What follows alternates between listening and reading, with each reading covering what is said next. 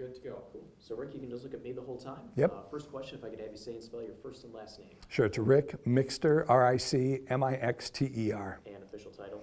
Shipwreck researcher, author, documentarian, whatever fits on the line. Where do you start with the story of the Edmund Fitzgerald? For me, it really starts as a kid growing up in Marquette, where I would watch the freighters at the dock. You know, we would ride our 10 speeds in and see these boats come in, and we just took for granted that this was part of the life that these people led, was they'd go out into the storms and they'd come back. And for me, the Fitzgerald storm of 75, we lived right through it. I was not even 100 miles from where the Fitz went down.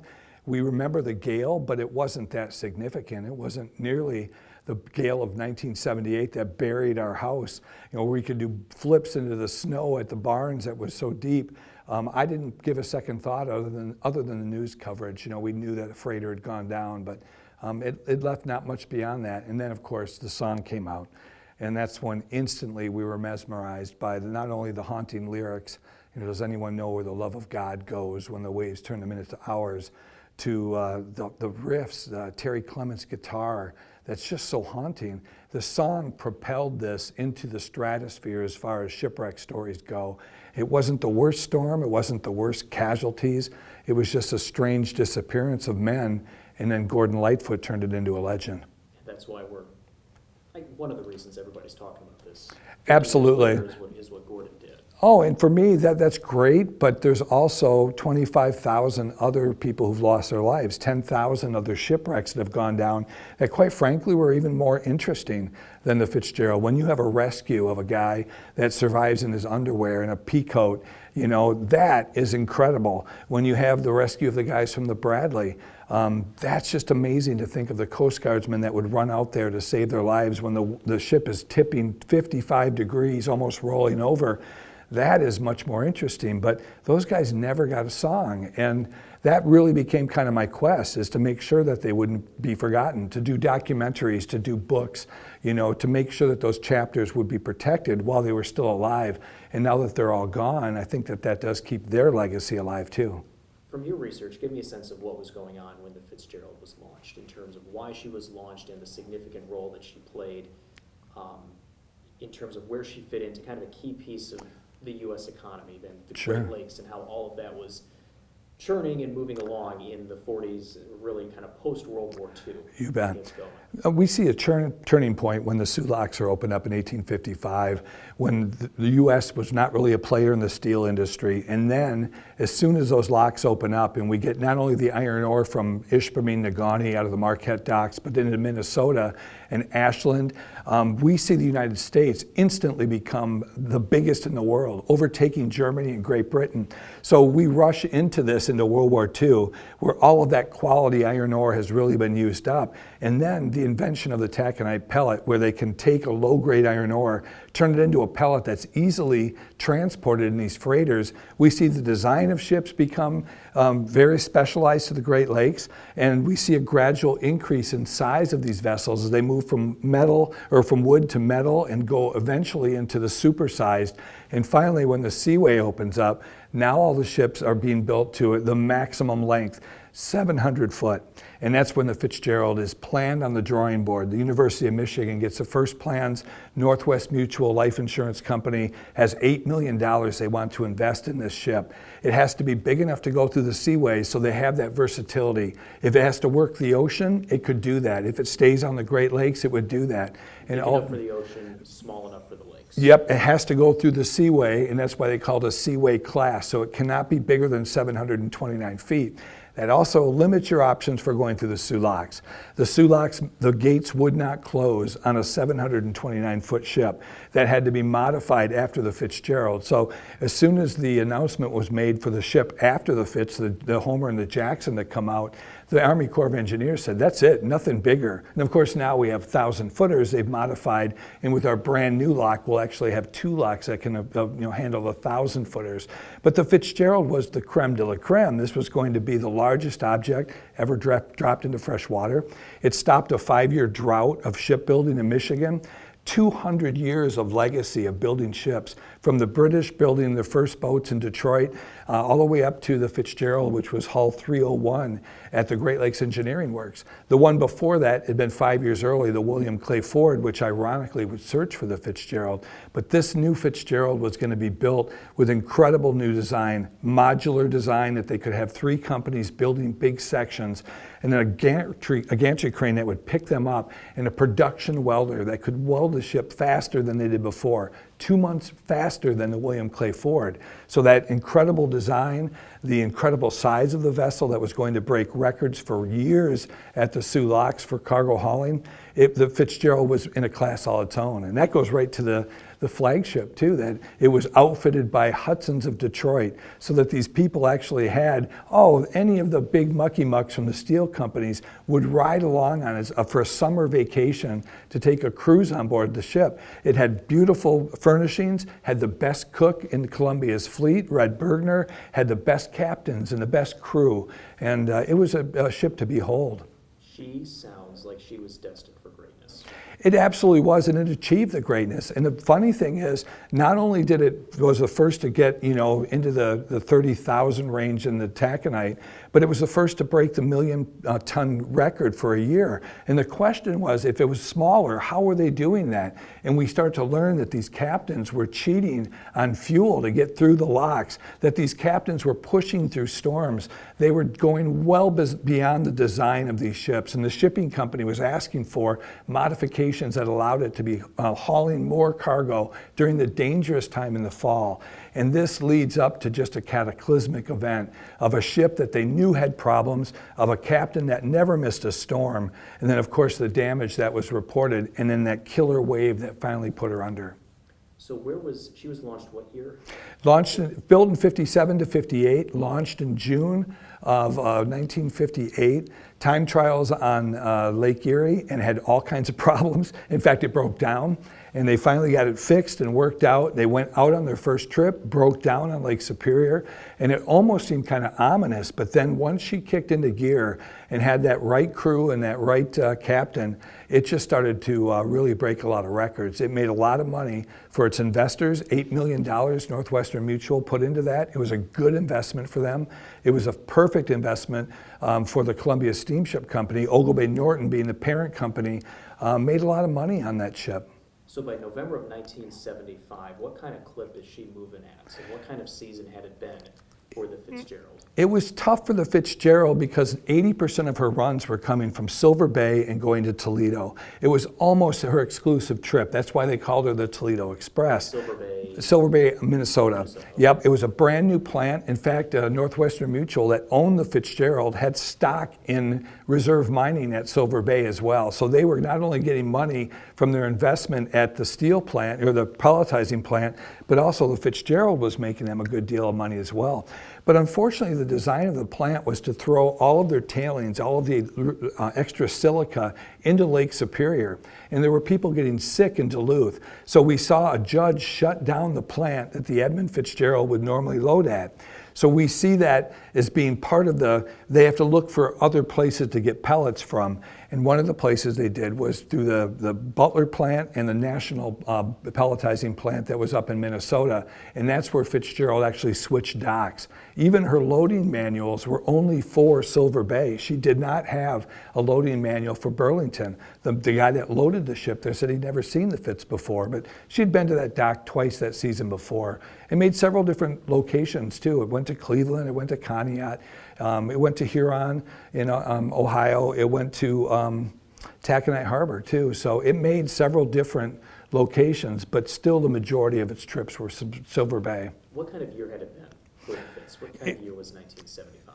It was a very stormy year. As we look at the Weather Bureau, who would have these ships report in, Fitzgerald was always their cover girl, if you will. For 2 years in a row, Fitzgerald had the most storms, and that was under Captain Pulser. And then when McSorley came, every time you'd look at the chart, the Fitzgerald would be in there taking on these gales. And in 1975, it was no different. From spring to fall, they had been in no less than 5 storms, one on Lake Huron, and then 4 others on gale force winds that were coming out of Lake Superior.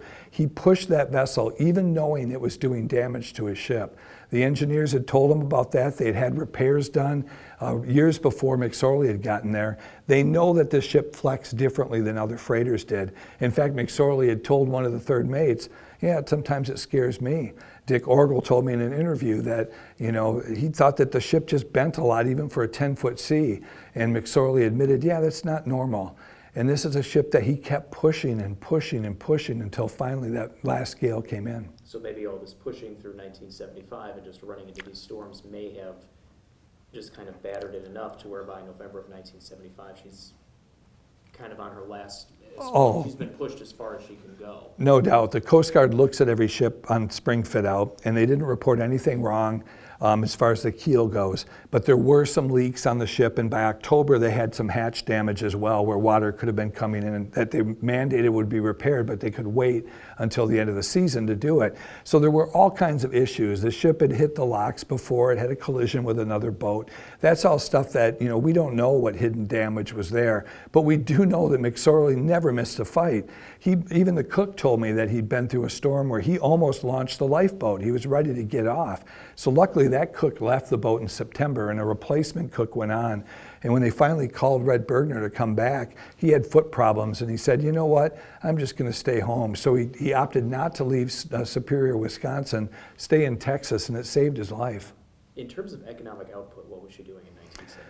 It's interesting that the Fitzgerald could haul 30,000 tons at her full load. So in the summertime, they could haul a lot more. The Coast Guard didn't worry about the freeboard or the size of the waves in the summer. But in the fall, you had to carry much less because those waves would get on deck. They weren't so totally convinced that the hatches were all watertight. So the company finally asked them, can we haul more cargo? And of course, the song goes, fully loaded for Cleveland. It wasn't fully loaded. Never. Absolutely, and partially loaded because it was the fall, and partially loaded because it couldn't get to the dock in the river system if it was fully loaded. So absolutely had 26,000 tons, which was still a lot of cargo to bring in. And it was making a lot of money. With that amount, you could build 1,000 automobiles in 1975. 1,000 automobiles in one load. So they made a lot of money for the steel companies. And it was a payoff for Northwestern Mutual, not only from the amount of money it made through the charter agreement they had, but when the Fitzgerald sank, the insurance company got a settlement from that as well. The families see any of that money? The families were at first. Just to sidetrack on oh yeah, the families were first offered a ridiculously low amount, like I'll pay off your car, and these poor people thought that's amazing, but it was $7,000. And you look at that and you say, why? When the captain would make $100,000 if they died, usually based on how much they'd make in a year or two, and they try to sample it from there. It's nothing like today when you spill coffee on your lap and you get $1 million. But these settlements that came out, the same lawyer handled so many of these cases, from the Cedarville, from the Bradley, from the Morrell, and by the time he got to the Fitzgerald crew, Vic Hansen knew his business. The problem is he could not sue if it was the captain's fault. The only way he could really get a good settlement was if there was a problem with the ship, and that's where he found Dick Orgel, a captain that no longer worked for the shipping company, and he was telling everybody, even before the Coast Guard investigation, that ship was crazy, and McSorley told me he worried too, and that was headlines everywhere. That's why it led to a lawsuit that was settled out of court, and it was somewhat fair. Red Bergner said, again, he felt really obligated to try to fight for the ship. He knew that keel had problems. He knew the ship had problems, and he wanted to blow the whistle. But he said, if you don't take care of my friends that I brought on board this ship, including, of course, his porter and other people, he said, I'm going to make sure that you guys pay. And I don't know that pressure really helped. The Coast Guard certainly ignored the cook. They never brought him in for questioning. But I'm sure it all kind of worked out. It just was never, how do you replace 29 guys? You just absolutely can't. I'll tell you this, the fallacy is that the shipping company somehow pushes this to get the cargo through. There is absolutely no shipping company from 1940 to 1975 that thought losing an $8 million ship and 29 of the most highly qualified sailors ever would be worth, 30,000 tons of rocks in the belly of that boat. They absolutely told the captain, you make the choice. But the sad point is, from all of the research I've done over 30 years, is McSorley didn't always make the right choice. He almost killed the crew on board 2 different ships that I know of. Captain Capser told me that he almost sank them on the Zanzibar. And then you go into the cook telling me about how he pushed to the point where they almost sank the Fitzgerald. It's obvious this guy put more faith into his boat. But that wasn't unheard of. Captain Cooper's interview too says, I thought my ship was infallible. I thought it couldn't sink. And that's what happens. So November 9th, 1975, set the scene for me. They're getting ready to head out from Superior, Wisconsin for the final run of the season, or is this second to last? Well, they're talking about the final run. They called Red Bergner and said, come on out, we just have 2 more runs. So I think there might have been 1 more run after that. They'd had a pretty good season. There wasn't a lot of damage, just some stuff to the hatches from going to Detroit where they didn't have the Hewlett unloaders. So the regular season was a beautiful day. They load. For some reason, there was an hour delay in loading that I've never had explained to me why that happened. You have to pump out the ballast water that allows your propeller to work efficiently as you go up to get your cargo. The Fitzgerald would always come up empty with water in her belly. And then you did this kind of ballet where you would pump out the water, they'd fill you full of iron ore, a little bit more in the stern so your propeller and your rudder could work efficiently. And then they'd back the ship up because it was so big, they had to move the ship to line it up to get the other half of the hatches loaded. So after all of that, they pull out. Captain Paquette on the ship next door sees that all the hatches aren't dogged down. But they're heading into the storm. It's a Sunday. It's a beautiful day. And McSorley had put the mandate out to the crew. The cook told me no more overtime in the kitchen, no more overtime in the deck. And that means that those guys were not going to get paid overtime to dog all those hatches down. So McCarthy, the mate who would be in charge of that, was likely ordered not to. And as many arguments as I get from sailors, every time I do a lecture, there's no way the Fitzgerald would go into a storm without doing this. There's no way her crew would let that happen. Every picture, every movie clip I have shows the Edmund Fitzgerald did not dog down their hatches. Every picture. So it happened. But those guys did not kill the ship. It was a series of problems that were only hurt worse by the fact that water was seeping in through the hatches. So did they know the storm was coming? Did they know what they were sailing into, that we're heading out, this could maybe be a bit of a bouncy ride? Every captain is a seasoned meteorologist. They have to know what's happening on their boat. They do have an amazing weather system by 1975 where they can tune into the Weather Bureau that would tell them what was going on. Small craft warnings were coming out. No small boats were allowed out. They knew it was going to escalate as the front left Oklahoma and came up. The question was, as it approached Marquette, how long would it take to get across Lake Superior and then change the wind direction from a nor'easter to the northwest, where those winds would now be pushed by 70-mile-an-hour winds that would push those waves so tall they'd be as big as a 3-story building. The problem is that both captains, Cooper and McSorley, misguessed on how fast. It was easily an hour faster than they thought. And by the time they got to Mishpacotton, the barometer showed what happened. The anemometer, the wind indicator, slows way down. They're in the eye of the storm. And they still have miles, dozen miles, what was it, 25 miles to go from there to get to the safety of Whitefish Point. We talked about that hour delay. It's Superior, Wisconsin, and then they miscalculate by an hour. Oh, yeah. It just crossed so fast that even the meteorologists in the Weather Bureau didn't expect it to cross that quickly. And when it jumped that fast, the barometer started going back up. So the storm was starting to finally decay, but the winds were already pushing across. And the worst place you could be was at Whitefish Point. And the Fitzgerald made it within 17 miles. And unfortunately, there was that one wave that hit Cooper on the Anderson that jumped over the back of his ship and wiped out his lifeboat and sped past them. And that monster wave hit the Fitzgerald. When she's lower in the water, she's leaking water through at least 2 vents, which are 8-inch openings on the deck. And now all of her hatch covers are all leaking as well. So once that wave came up, it blew out hatches 1 and hatches 6. It caved them right in, and the Fitzgerald never even had a chance for an SOS. When's the first indication? Is it on the 9th or the 10th? When does the first indication come that the Fitzgerald might be in some kind of trouble? They had He takes that northerly route to minimize. Calculation. He takes the northerly route to try to avoid the worst of the storm. So when do we get the first indication of the Fitzgerald is kind of in trouble?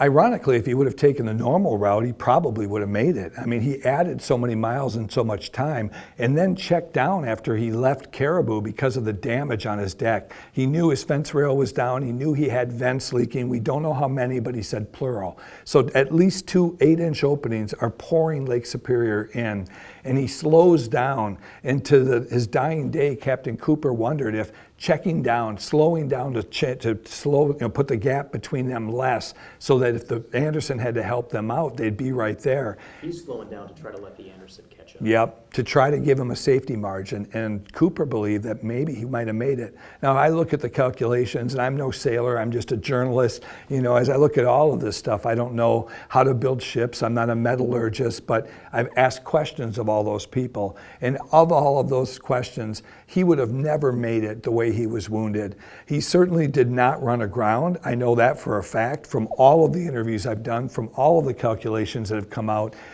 He literally was leaking from damage on deck, and that keel was loose. And when it finally got to a problem where they were low enough in the water, that's what made them more susceptible than the Anderson. That's why the Anderson came through, but the Fitzgerald went to the bottom. So what's the first indication of Fitzgerald? First indication would have been a full gale warning. As soon as they were told, even the biggest ship that was on Lake Superior, the Blau, went and hid behind Isle Royal. So they took that northern route. That's probably partly to get less waves, but it also gave them a safety margin. If they had to go hide behind the Slate Islands, they could if the weather got bad, but neither one of them expected to be that bad. Cooper said this wasn't even the worst storm he'd been in. He went through the 1940 storm and survived as a wheelman. So this storm was just average, and it was right off of their stern. Most captains don't even think about storms off their bow or off their stern. So the song goes that the fellas didn't get to eat. That's not true. Everybody had their meals on the Anderson. We can assume that they did on the Fitzgerald as well. And the captains were pretty confident that their ships would make it through. Cooper said he believed his ship was indestructible. That's what McSorley felt too. They'd been through worse. They were going to make it through there. And when he lost those vents, I think it became very apparent that we're not going to be able to keep up with this. And for some reason, he was getting lower and lower in the water beyond just the big pumps that should have been able to handle the vents. But it was the hatches that were adding in that extra weight, and they couldn't get rid of it because all of the pumps are all at the very back, third hold, and it was clogged with cargo. They couldn't get the water out. This is like the afternoon of the 10th, roughly. It is, yeah. As we're pushing through, we see damage reported at 3 o'clock. We see the radars out at 4:30. And this goes into phase 2 of the whole, did Cooper think that they ran aground? Captain Cooper had been up all night. He went to bed. He left the pilot house, had no problems with making the approach for Caribou, told his men to stay away from Chummy Bank, which they went pretty darn close to it. 6 Fathom Shoal was another area that was a mismark on the map that nobody even went within 5 miles of, but this became this whole legend that she ripped her bottom on this, which there's nothing factual other than Cooper mentioning that they might have. Even Cooper's mate said, I don't think that they went close enough in there to do that. So I don't believe that they went anywhere near that area. But as the Fitz comes in, they realize through the blinding snow that starts up that there's some saltwater vessels that are coming up. So he calls the Anderson and says, my short-range radar is almost dead, and my long range is only giving me 2 miles. What are those saltwater vessels doing? And he says, no factor on the traffic. And he said, you look like you're going to be fine. How are you doing with your problems? And that's when the Fitzgerald says, we're holding our own. So that becomes, the last transmission. And then Cooper comes back into the pilot house, looks on the radar to try to find the Fitzgerald, but the snow squalls are blinding him out. He said he squelched it way down to try to find the blip to see it. And when it finally cleared, he could only see the saltwater ships, and binoculars could see the lights of the Aberforth, the Benfrey, and the Nanfrey going into the storm. they're going straight in, bow in. They're making 1 mile an hour, but they're at least going somewhere. They're trying to get the cargo, to go pick up the cargo. So literally he watches, he sees the Fitzgerald's gone, tries to call the Coast Guard. The Coast Guard are blown off the air from the same storm that knocked out the lights at Whitefish. The Whitefish generator doesn't kick on, so they lose the radio beacon and the lighthouse for a guide to get them in. And they do manage to make their way into the safety of Parisian, but the Fitzgerald doesn't. And this was about 3 o'clock. What time did she go down? 4:30 is the last time that they called on the radar, and then 7:10 is when they kind of figured the Fitzgerald we're holding our own. It's all subjective. None of it's recorded or logged in on certain times, but it's fairly certain that it was around 7 o'clock and that it was almost instantaneous. That the snow blew in and then cleared, and within just a couple of minutes, the Fitzgerald was gone. So if there's any, kind of what's the word I'm thinking of? If there's any kind of mercy on the lake, it's that it was so fast. We didn't get an SOS. That means that perhaps it was over that fast for these guys who wouldn't have survived very long in Lake Superior's waters. Even in a modern rubber raft, I doubt that they would have survived. Well, look what it did to the metal. It shredded the... Oh, and nobody survives lifeboats anyways. As you look traditionally on the Great Lakes, the lifeboat is the worst place you want to go in because if it flips upside down, it's round and you can't get on it. Those are great, if you're in a collision, if you're in the fog or you have to abandon ship, you run aground. The life rafts, the early ones that we see, Frank Mays and Fleming, Dennis Hale survive. These are picket fences essentially on barrels that would flip over and they'd be the same right side up as they were upside down. So all of our major survivals were never in lifeboats. They were always in these life rafts to make it ashore. So the Anderson goes out and searches somewhat against... Cooper kind of fights that a little bit, but relinquishes, okay, if it was my ship, I'd want to go back out there. Daylight comes, and finally the Coast Guard gets out to look, and what did they find? Cooper's reluctance is very important, too, because when we first started doing concerts and writing songs about it, we wrote Cooper and the Anderson, turned around with a knife in his mouth and went in there. It was more realistic. As you see the interviews with Cooper, you realize that his first call was, hey, listen, the saltwater ships are closer than me. Why don't they go? And then they said, he's already by Parisian, so he's 30 minutes out. And he goes, well, the William Clay Ford is up there, and the Rausch is up there, and the Hilda Marjane is up there. And all of them were like, no, we're not going to go right away. Eventually, we see the Clay Ford go out, but only after the Anderson is talking to the Coast Guard. They realize that the Naugatuck, their tugboat, will never make it out. It's got engine problems. It turns around at the Sioux and goes back. They call for the Woodrush. It's 20 hours away, and Hobaugh and his crew make a valiant run. But the only close ship is going to be the Anderson. And so the Anderson is asked to come back, and the reluctance in his voice of, oh God, I'll try and go out there is very evident that he doesn't want to do it. And neither does his crew. The engineer's wife is on board. She's on for a heck of a ride. 3 of his crew quit after that run. And they weren't even done after the storm on Superior. They went into Lake Michigan and had a worse gale going to get their cargo to Gary. So it was a bad run all along for them, and certainly the last run for many of his crew. But the Coast Guard launched out of Traverse City, helicopters, Albatross, aircraft. They searched, they looked all over, they dropped flares. Anderson tried to coordinate when they got on the scene by 2 a.m. That's the time that the William Clay Ford came in too. Searched for a little bit, the William Clay Ford then left. Anderson stayed out till daybreak. The captain on one of the helicopters told him, I'm not going to drop a flare too close to you, I'll catch you on fire. And he goes, I'm in a metal boat, don't worry about catching me on fire. But he says it didn't do much. The yellow glow of the flares wasn't helping, and all they saw was half a lifeboat. So by morning, they realized 29 guys were gone. And that was the big mystery. How did 29 guys vanish in 1975 when we had a weather satellite in the sky, we had what we thought were modern boats, radio direction finders? How did that happen? We found most of the crew of the Bradley. We had 2 survivors in 1958. In 1966, when the Morel went down, Dennis Hale survived. Most of the bodies were found, but the Fitzgerald, 29 guys vanished. And that's when the world went crazy. That's why Newsweek wrote the article. That's why Gordon Lightfoot saw it and said, I'm going to write a song about that. that disappearance of 29 guys in modern time, when we thought that we had modern Coast Guard helicopters and cutters, that, you know, this couldn't happen, and it did. Kind of shook the Maritime. It shook it so hard that we didn't see another big loss after that. We see the pressure that came from the government. Senator Rupee pushed for a network of floats that the government shut down right away. We finally got one like 5 years later. They pushed for suits to wear, and, you know, these Gumby suits that are made of neoprene. It took 10 years before they got those on boats. So none of the stuff, the recommendations from the Coast Guard to put watertight bulkheads was all ignored. All of this stuff from the Fitzgerald really didn't catch on, but for some reason ships didn't go down after that. Was it the fact that 29 guys vanished, and that every year anybody who went over that site knew they were over the ship, Edmund Fitzgerald, that they'd seen, that at one time was the largest ship on the Great Lakes.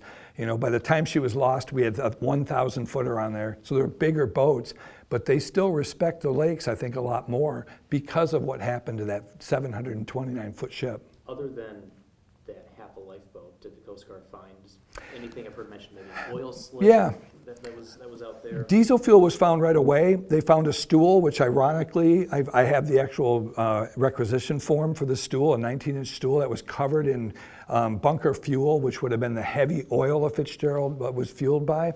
They found 2 rubber rafts. One of them is now on display in Toledo at the National Museum of the Great Lakes.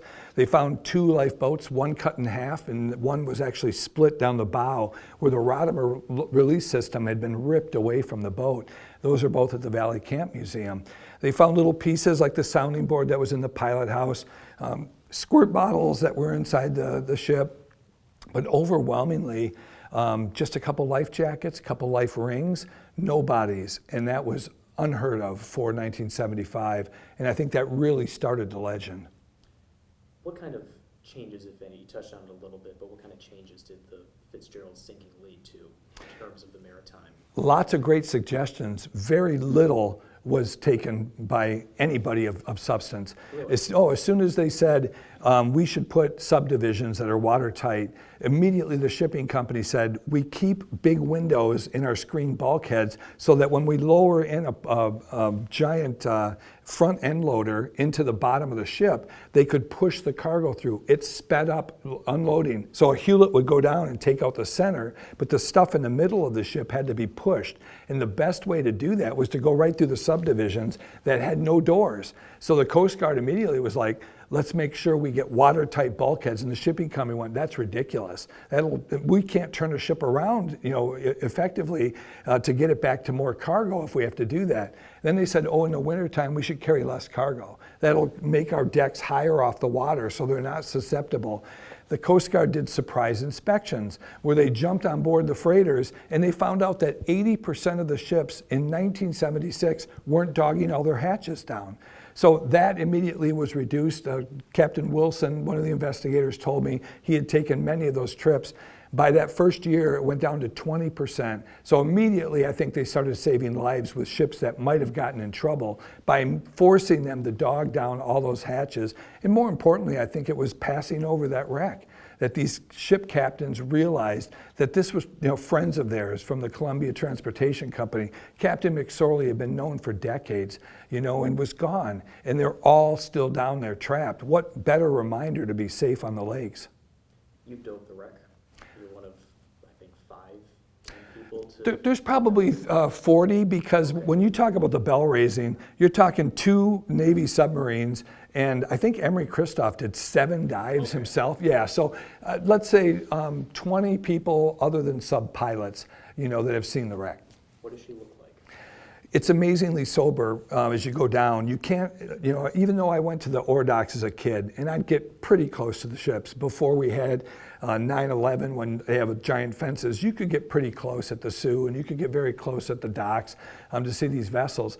But until you're in a submarine and you go up to the letters of the Edmund Fitzgerald that are this wide, and you realize how big that vessel is. And then you start to see the humanity of the ship. That's the blankets that are hanging out of the windows.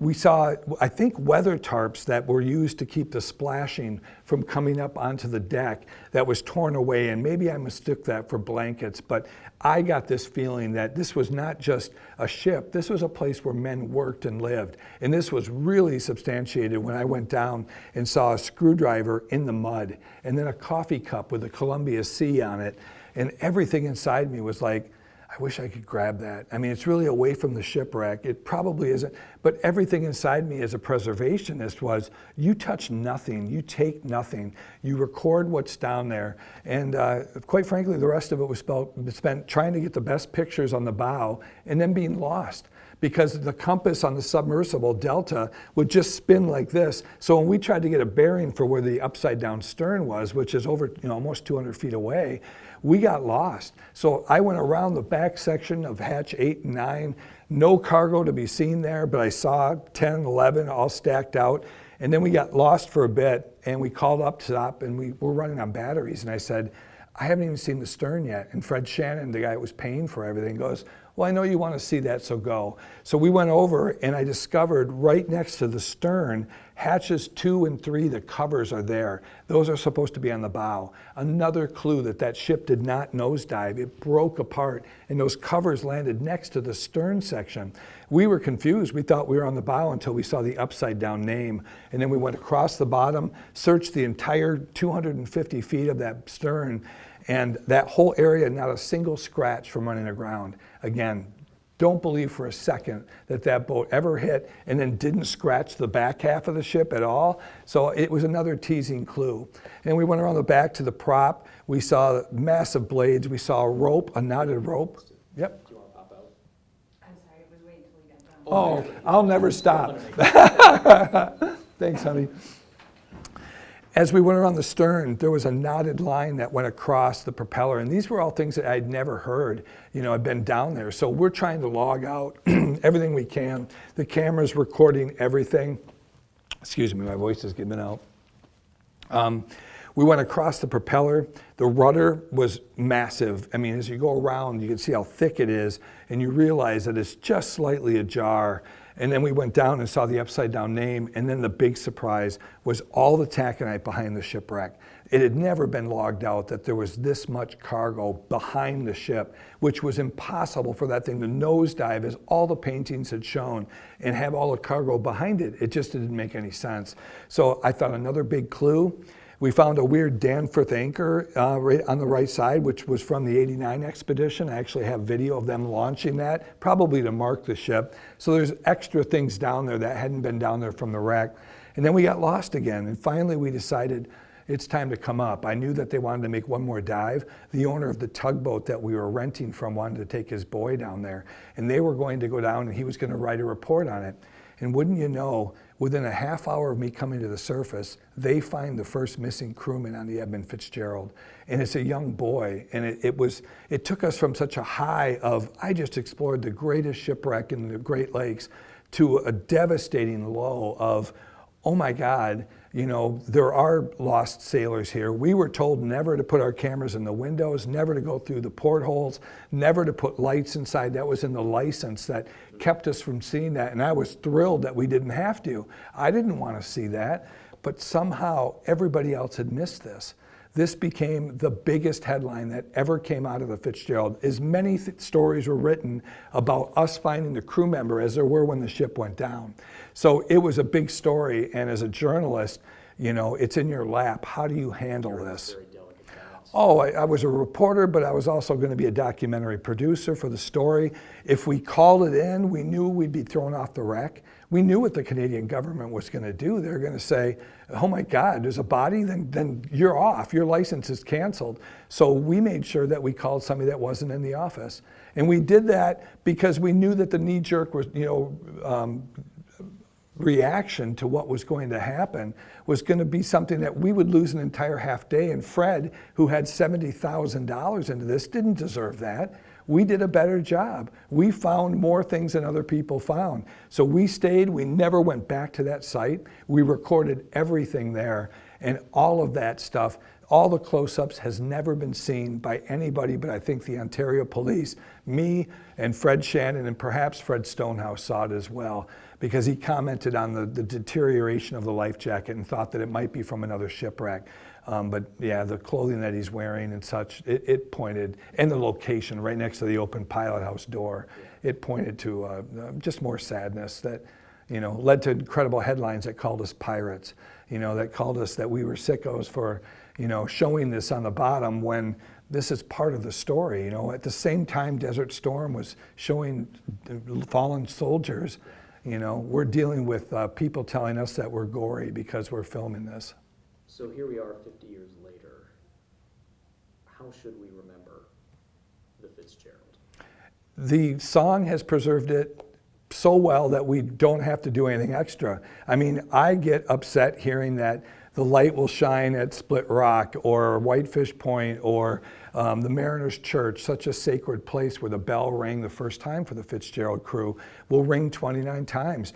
They get so much recognition, but there's tens of thousands, of other people, not only the 10,000 that were lost on the Great, or 25,000 that were lost on the Great Lakes, but all the rescuers don't get that song. To hear Frank Mays tell me, well, they forgot us, we had more people lost on our ship than the Fitzgerald did, but Gordon didn't write a song about us. So I want them to be remembered, but do we need to remember them with, swims across the shipwreck and all these other things that have happened? 5 new books on the Fitzgerald. I mean, some of it almost seems like it's a little headline grabbing rather than, a true tribute. And I wonder about that. And I'm hypocritical for saying that. I'm an author. I've done 3 documentaries on the Fitzgerald. I've written the longest 4-hour podcast. I've interviewed more people on it. So I realize that's hypocritical, but you got to look at some of the things that are grabbing headlines and wonder, is this really for the crew? Especially when the families are coming out and saying, just leave them alone. Oh, Let's leave them alone. you bet. And really, should they have a voice? And this is tough to say. As a board member at Whitefish Point, we respect them, and no one has a better place for them to come than Whitefish Point that has the bell, where they can come to remember, where we close the doors of the museum for them to ring for their family members, and I think that's incredibly powerful. But do they still deserve the power to tell us not to go back? When the law was passed in Michigan against everything that I stood for as a journalist, they passed a law that said any shipwreck less than 50 years old, and that was to protect all the other documentaries that had shown bones on shipwrecks, the Superior City, the Emperor, the Kamloops had engineers in the engine room that people had all seen. But this was to protect the Fitzgerald. Now we're 50 years after the sinking. Now we're at that level that was supposedly okay to allow us to go back. And you have to wonder, should we go back? Ethically, it's tough. I've met several of the family members. I'm very close with Bob Rafferty's daughter. I've interviewed Cheryl Rosman, whose dad, Cundy, was on board. And a family, the Armagost, came to our church, blessing of our plaque on our expedition. So I've had a relationship, but I also have to stand in opposition that they don't deserve to shut down the shipwreck any more than the Bradley crew or the Cedarville's families get to say we don't get to dive. The Cedarville lost 10 guys and 1 is still missing. He's not in the ship. I mean, there's been divers all through it. It's probably the 2nd most dived shipwreck on the Great Lakes, but it should have the same respect, right, as the Fitzgerald.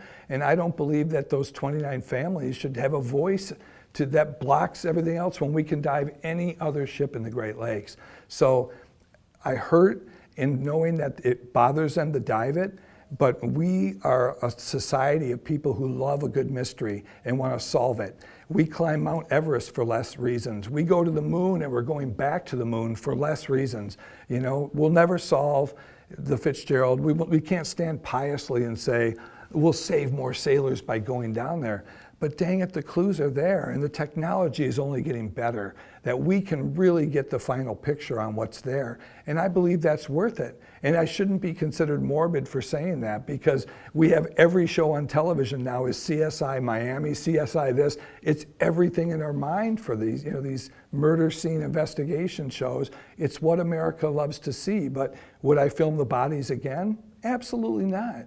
The only reason it was even a story was because the song said, the lake legend has said the lake never gives up its dead. You know, even though that's not a real Chippewa legend that was stolen from Lake Tahoe, this was part of the mythology of that ship. And we broke that mythology by finding a crewman, and now the rest of the clues could come to the surface with better sonar. We could do it without even diving the shipwreck to figure out where the spill patterns are. I think it'd be worth checking it out without ever going to a body or even looking into that. And anybody who wants to, the new books have come out from Fred's, MSU has a new book that paints Fred Shannon as this horrible, guy that was trying to take all the money. None of that footage, he died 2 years ago, none of that footage ever came out. The close-ups, any of the stuff that he was offered from National Enquirer to buy, he could have paid for his wife's dream home that she never got if he had sold that footage. So all this stuff written about him being a monster is ridiculous. He was a different guy, and we fell away from each other. After the Bradley expedition, we relocated the Bradley and dove it, and he didn't want me talking about shipwrecks, so we were no longer friends. He saw me as competition, but he doesn't deserve the bad press. And another book coming out, written completely from Farnquist's point of view, I think the legend is only getting perpetuated by these silly books that are coming out. Good, Josh. Good. I think that's all I have. That's awesome. I know Thank we you. can keep talking.